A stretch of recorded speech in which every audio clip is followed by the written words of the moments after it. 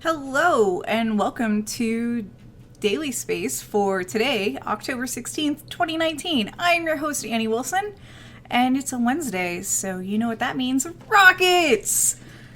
So we're going to change up a few things a little bit. Rather than reporting on both the launches that have happened and the launches that will happen, I'm going to report more in depth on the launches that happened instead of trying to cover both in depth.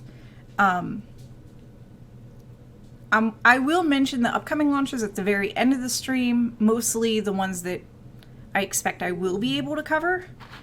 Launches are tricky things, and sometimes launch dates slide, like a lot. And rather than repeating reporting on these sliding launches, I'm just gonna give you the heads up on, hey, shut up phone, I'm sorry about that. I'm just going to give you the heads up on what's going to happen, and we'll talk about the things that did. So this will also allow us to have more time to report on things that are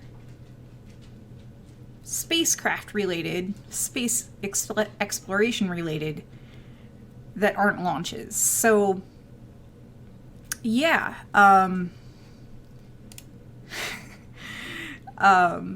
I hope all of that makes sense and that none of you are upset. This also makes production easier for the podcast version. So there you go.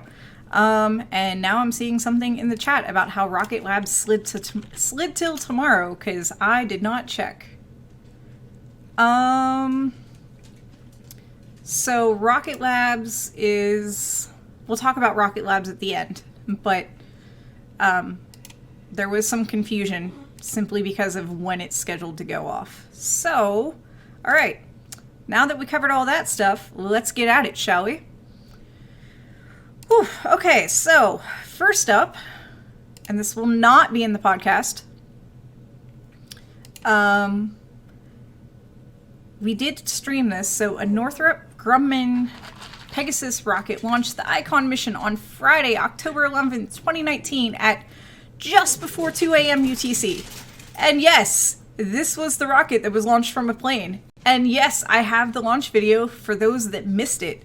There was a slight hiccup on launch day, and the first launch attempt was aborted because communication was lost between the ground and the plane. And that, for them, is a no-go for a launch attempt, period. That's it.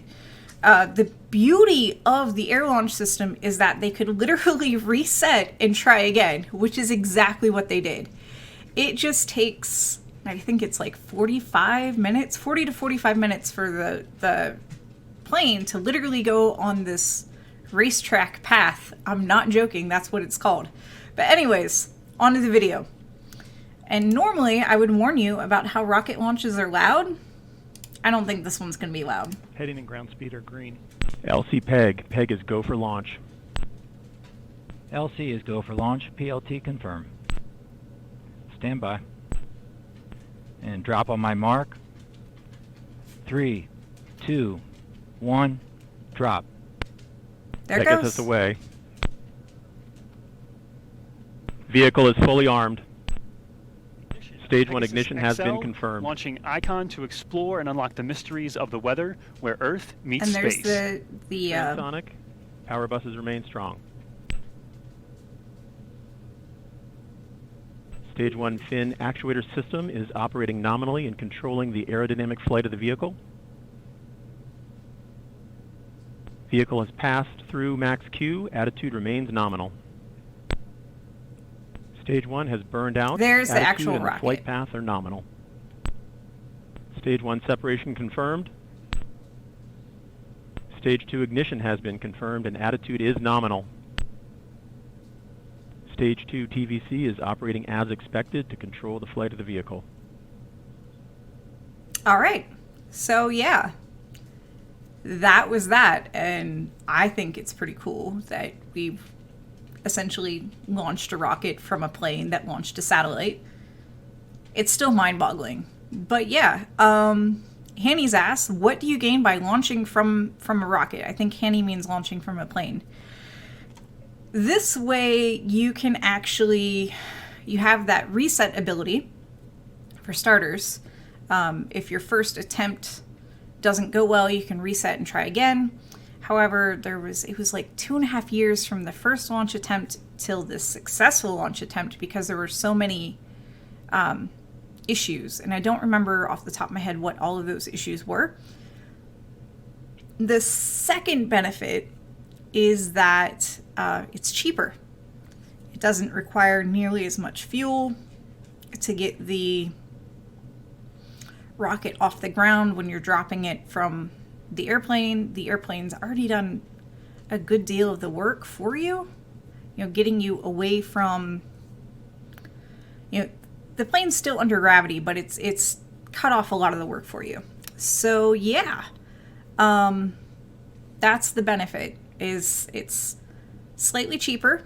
And when this whole thing was designed, I don't think there were a lot of Falcon 9 launches yet. Maybe there were. I don't know. Anyways, it takes years from the inception of mission to completion. So when all of this was planned, things like Falcon 9 may not have been available. And this was. And this was a proven flight thing. So everything came under budget, stayed under budget. And yeah, it's pretty cool to watch. It was a nighttime launch, so you couldn't really see a whole lot, but it was still pretty cool. And yes, this isn't a free launch. It's just cheaper than using an entire rocket. And I don't think the payload was very big. And it could have, done the passenger stuff or co-passenger and all that. But yeah. I think that's my best explanation. RefsMatt says launching a rocket from an aircraft is like launching a rocket from the top of another rocket, except that the aircraft doesn't get thrown away after. Correct. And this is a huge plane. Commercial configuration, they can hold like between 300 and 400 passengers. So, Paranor asks, quite sarcastically, was there a toilet launched on this rocket? No, but there was a toilet in the plane. At least one toilet in the plane. So, yeah. That's what launched. That was the only thing that launched. So we're going to go and move on to other spacey type things. Are you ready for the other spacey type thing? Good, because we're doing it.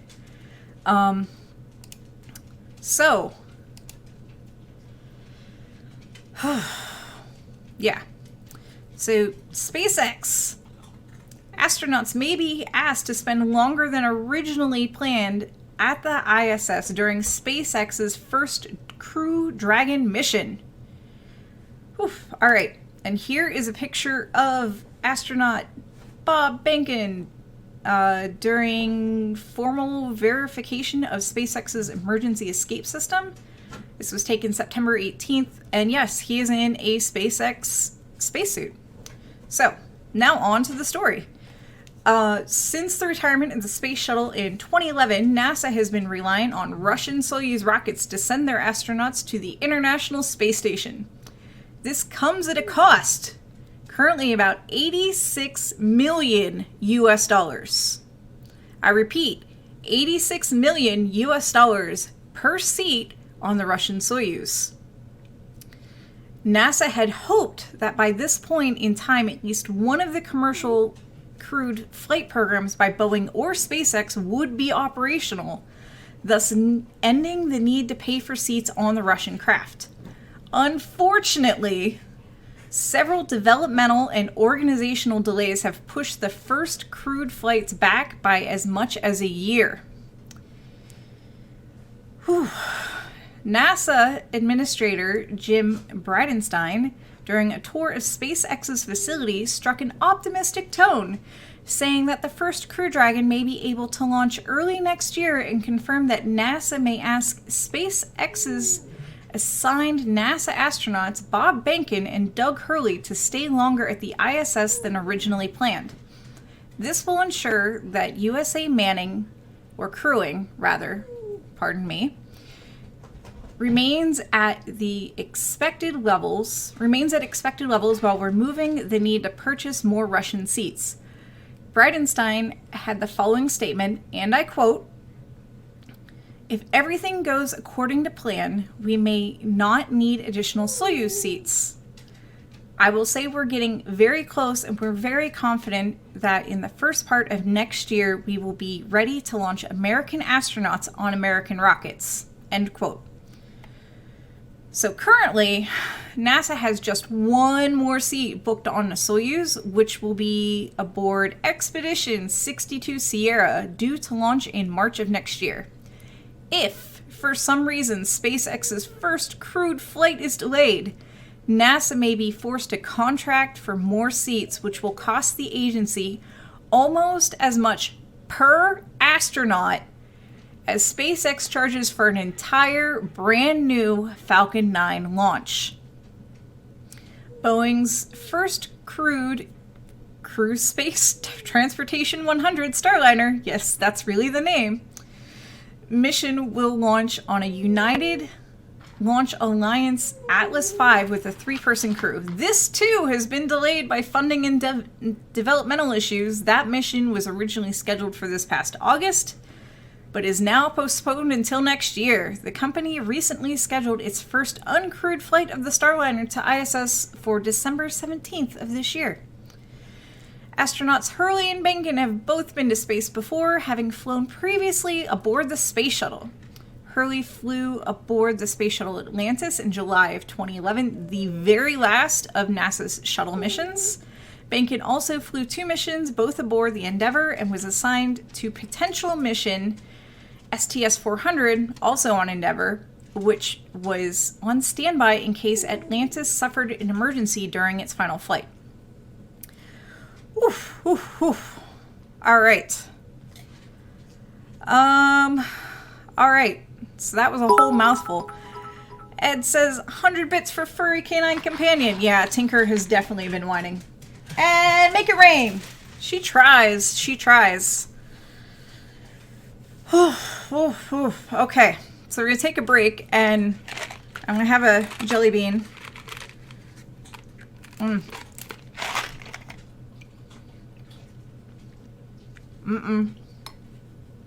Two bad ones in a row.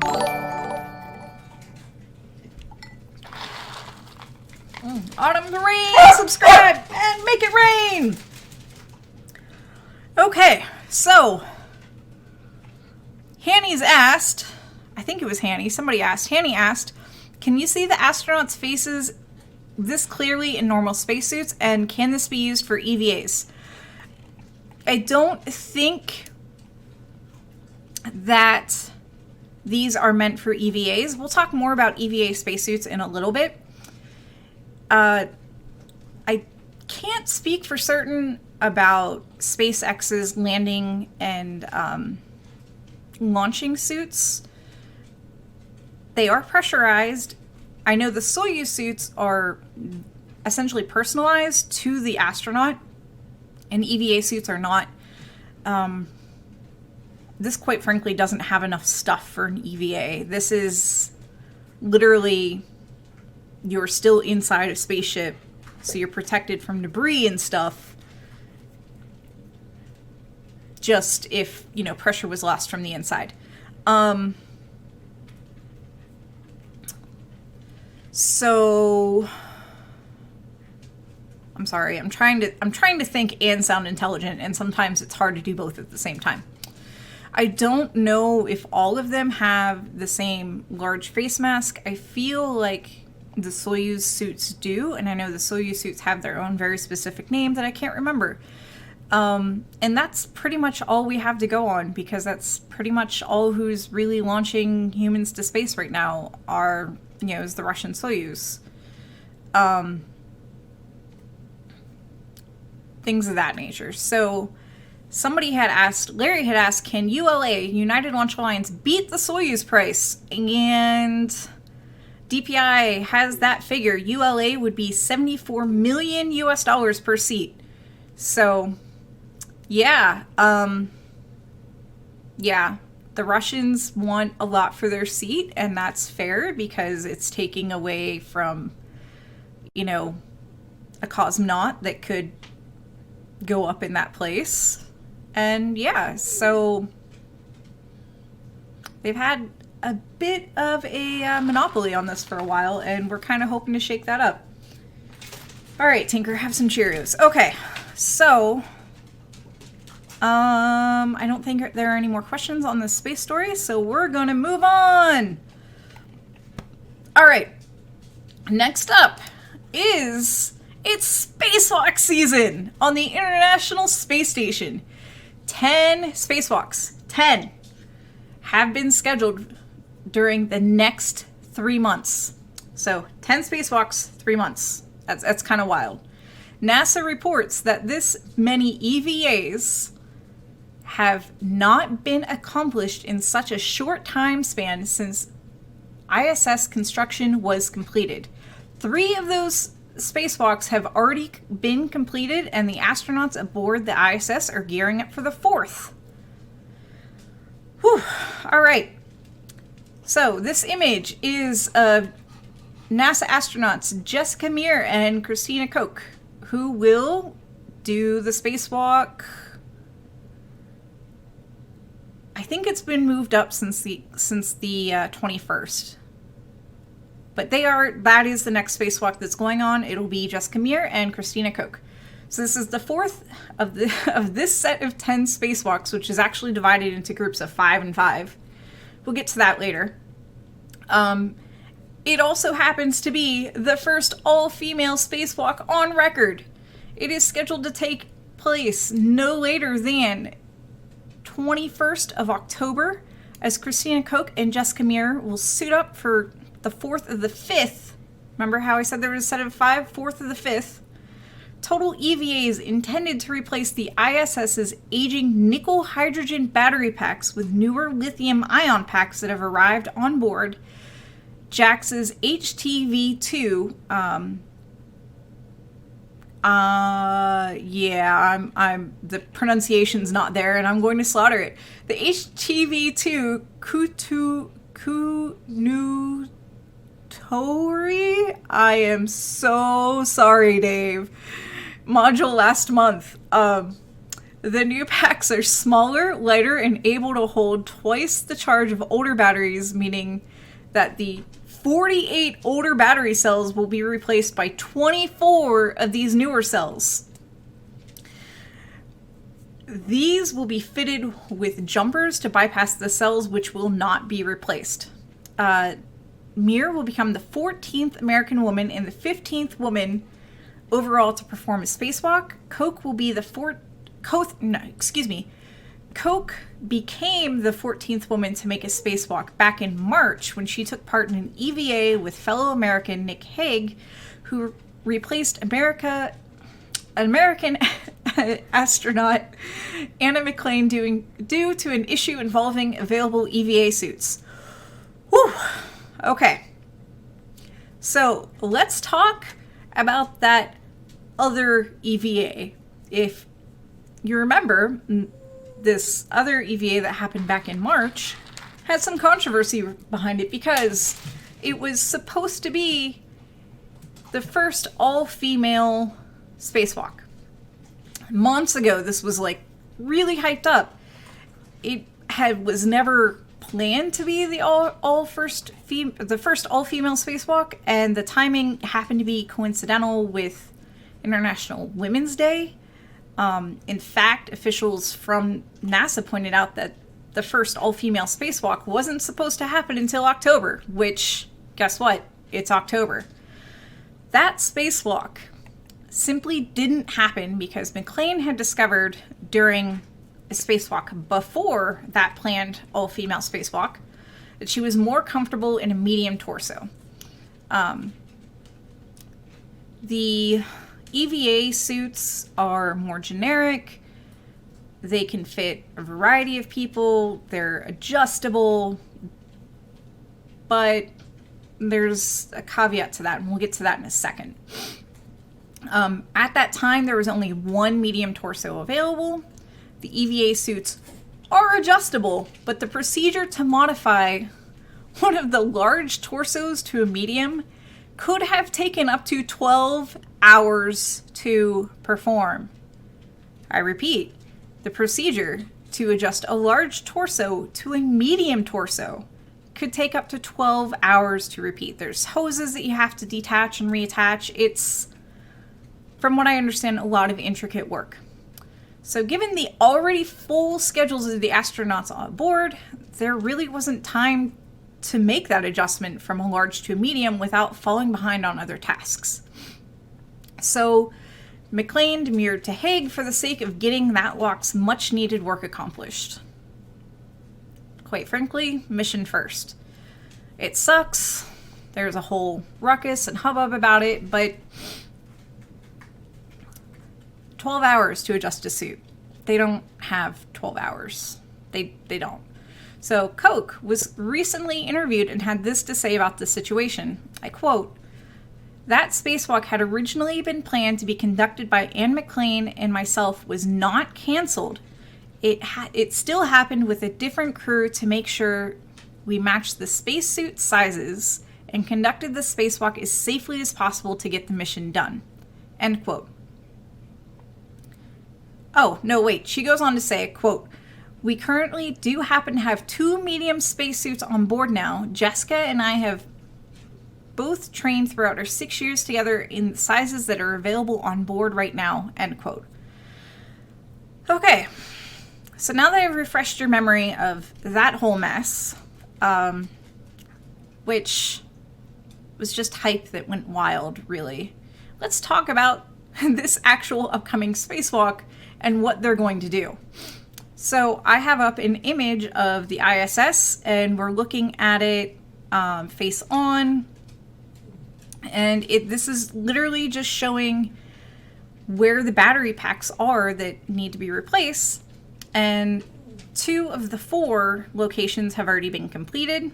That March one, that previous supposed to be all-female spacewalk, that was the one. And then this one coming up is all the way over on P6.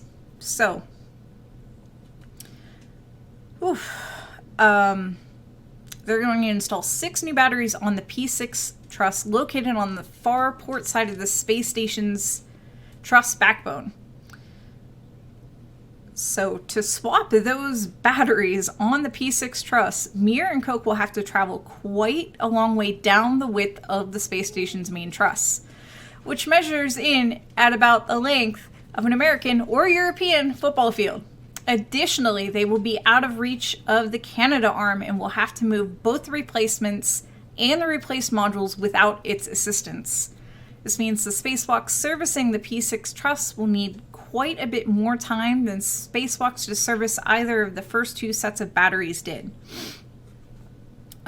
This is the latest in a series of spacewalks that have been dedicated to replacing the aged battery packs that actually started going on since 2017. The last set is to replace on the starboard S6 truss on the opposite end of the station from P6 and are scheduled to be replaced early in 2020. And here it is. Here is the actual real dates for the spacewalk. Mir and Koch are scheduled to start their spacewalk 7:50 a.m. Eastern Time Thursday, October 17th or Friday, October 18th. And we will keep you posted about those future spacewalks because there's a whole lot of stuff that they're going to be doing. A whole lot of stuff. So,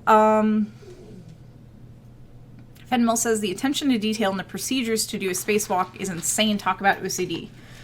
I mean, you are in space. You have very little protecting you from space.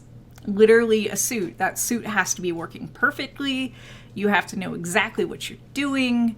You only have, I can't remember if they have air or if they hook up to air. Like, there's no gravity. You could float away. If you drop a tool, it may hit the space station and all of that other stuff. So yeah, it's wild. So Hanny says, sorry I left for a bit. Do they change the batteries every time there's an advancement in battery tech? I don't know. I'm not sure when the last time the batteries were changed was. These might be, the batteries that they're replacing might be from when the space station was originally put together. They might be, they might have been replaced 5 years ago. I really, unfortunately, do not know the answer to that question. As Paranor says, it might just be time to replace, and it coincides with new tech. The lithium ion are indeed much lighter. And I don't know if that'll benefit the space station overall, but you know, it probably kind of benefits the people putting them in. Yeah. I don't think we have to worry about them blowing up in space either. For those that aren't aware, there have been problems with, I think it is lithium ion batteries here on space where, you know, if something goes wrong, they can catch on fire, but I don't think that's an issue in space. Huh, Puck. All right, so that is all the news that I have for you. Oh, Fenmil pops in with the nickel hydrogen batteries have a lifespan about 6.5 years. So yeah, if they were put in after the space station was, you know, relatively recently constructed, finished, it's about time for them to be replaced. Larry says, if they float away, could they chase that with the Soyuz? Probably not. Probably not. It takes quite a while to actually undock a Soyuz. So, yeah. All right. So, upcoming launch parties. The next launch is, and this is where I got everybody confused, because UTC, it is at midnight UTC. So that is 0001 hours UTC. Which I got confused because time zones are hard. That is actually today for me. So that is 8 p.m. Eastern time. And it has a launch window of about 3 hours. So between 8 p.m. and 11 p.m. Eastern time, this should launch. And yeah, it is tonight. This launch is tonight, and I will be covering it. I made people panic. Oh shoot, and it does happen to concede with the weekly space hangout. Oh my. Oh my, we'll figure something out. We'll figure something out. Because it does happen to concede with weekly space hangout. So yeah. Yeah. Refsmat says, word of the wise, don't schedule anything after midnight. The effective date will get forgotten. Yes, yes. This is at the same time as the weekly space hangout, and I don't know what we'll do. The best I can think of doing is doing a picture-in-picture, but that's really only going to work if the launch doesn't go off right at 8 p.m. Eastern. So yeah, I guess I'll be watching that tonight. But yeah, that's when the next launch is. There really isn't any, I'm going to look right now, there really isn't any other launches that we can watch. They're scheduled until early November. And because I don't trust launch dates, it's probably going to slide and all of that other things. Refsmat says, after midnight scheduling led to me being stranded in Saudi. Oh my, oh my. Yes, just time zones and dates are hard. And I thought this was supposed to happen on like a Thursday, and I was panicking hard. Kerbal asked, do you see the new spacesuit that looks identical to the one that was a demo 15 years ago? No. I did not see that. I did not see that. Part of me is like, maybe one day we'll do in-depth on spacesuits. So, Keeper Map says, you can get a world clock on your computer. I know, right? I know, right? It's almost like I might have one of those.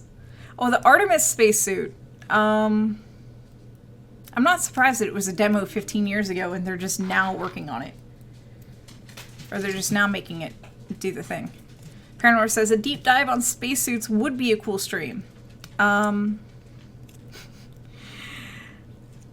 think what we may end up doing for these in-depth streams is that when there is a very, very slow launch week, which I foresee quite a few of those, we, instead of talking about the things that will have launched, because nothing will have launched, we'll start getting into more of the deep dives on like spacey type things.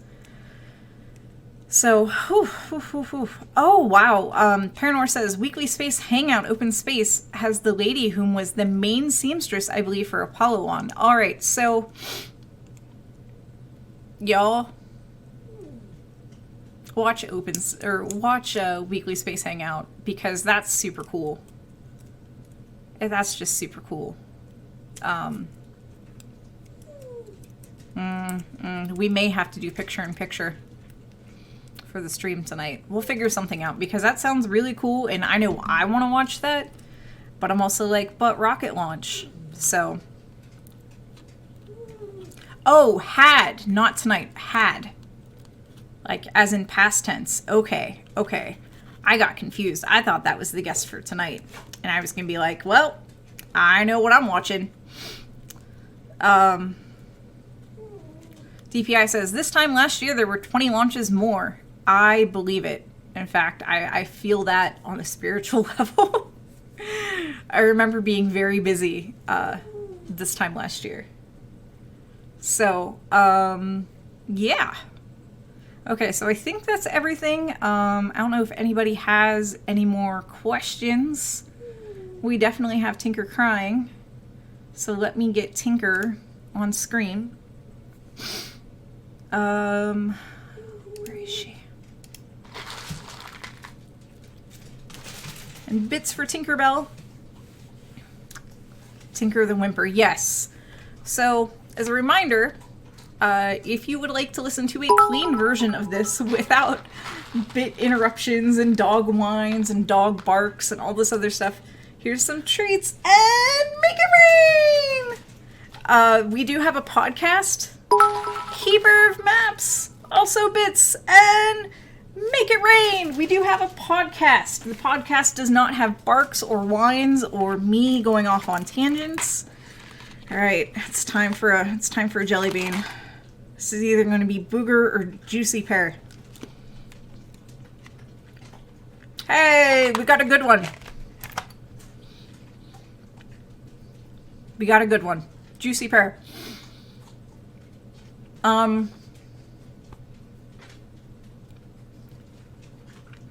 Oh, we have somebody on from PSI tonight talking about climate change. Awesome. Econ Greg, 100 bits. I know, Tinker! And make it rain! Alright, Econ Greg also wants to see what I can get. Alright. Yeah, I have the evil jelly beans. I'm doing this until the box is gone and then no more. Alright, it's either going to be toothpaste or berry blue. Yes, Hanny. They look exactly the same. Toothpaste, but it's not bad. Broken Symmetry says, I prefer show with tangents and Cheerio rain. I mean, some people do, some people don't. It's everybody has their different perspective. Econ Greg says, yes! See? I knew there was at least one of you out there that would be like, I hope she gets the bad flavor. Oh. Toothpaste isn't bad as long as you don't have an orange after. Yes, Annie's. Alright. So, because it looks like I'm going to be busy tonight, and I still have to record, I'm going to wrap this up. Larry says, I'm here for the cat's meow. Yeah, I fed him before we got started, so I think he's sleeping somewhere. He does a lot of sleeping these days, which is okay. It's okay. Yeah. So, anyway, 2 dogs and a cat. I love it, Hanny. I love it. So yeah, anyways, I'm going to wrap this up because I do need to record the podcast version and then get ready for tonight's stream. And I don't know, what else do I have to do today, Tinker? She's like, I'm just going to stare into the camera. Yes, it is indeed Wall of Text time, Paranors. So this has been a production of PSI, that's Planetary Science Institute, located in Tucson, Arizona, where I'm convinced that, yes, there are 2 suns in the summer times. Working in collaboration with Youngstown State University. Here in Youngstown, it looks kind of dreary outside Ohio. PSI is a 501c3 nonprofit, which is just fancy speak for your donations are tax deductible where the law allows. And we are brought to you by you. So thank you very much for everything y'all do. Donations, bits, subs, pledging on Patreon, buying merch, all that other stuff. And yeah, there's a whole lot of stuff. Your all of the money you guys donate through various channels does go to pay me. It pays Susie. Susie's got now not 1 but 2 kids in college. So yeah, help Susie get her kids through college and help me feed the dogs. And if you can't, more bits. Are you ready, Tinker? More bits. And make it rain. If you can't afford to do any of that, monetary donation stuff, just hang out with us. Follows are free. Chatting with us is free. Subscribing to our YouTube channel is free. And yeah. Also, I could not have done this episode without Dave Ballard. So thank you, Dave. He did a lot of the writing for me this week. So Dave, you are awesome. And I apologize for anything I mispronounced. So yeah, I will see you all later for the launch party. We will figure something out because Weekly Space Hangout is indeed at the same time. And yeah, Refsmet says, Dave who? Dave Ballard. Dave Ballard, or our Instro. He is known as our Instro. He is at work right now, so I think he's either at work or sleeping. So, which is why he's not in chat to yell at me about my pronunciations. But trust me, I will get corrected later. Again. But yeah, I think that's all. I'm going to do the awkwardly rolling the credits bit as soon as I can find my mouse. And exit full screen. Exit full screen. Well, it won't let me exit full screen. Of course not. Alright, there we go. There we go. Keeper of Map says, Dave is always at work driving long distances or sleeping. This is more true than y'all know. Oh my goodness. Alright, so I will see you all later. Thank you again for tuning in. Thank you for everything awesome. Didn't I miss? I think I missed a thing. I did. One last jelly bean. And then I'll roll the credits. Because I think I missed a jelly bean. Yep, nope. It was not a good one.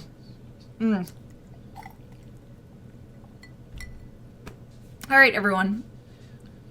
Wherever you are in the world, keep being awesome to each other. And have a wonderful insert time of day here. I will see you all in about, let's call it 5 hours.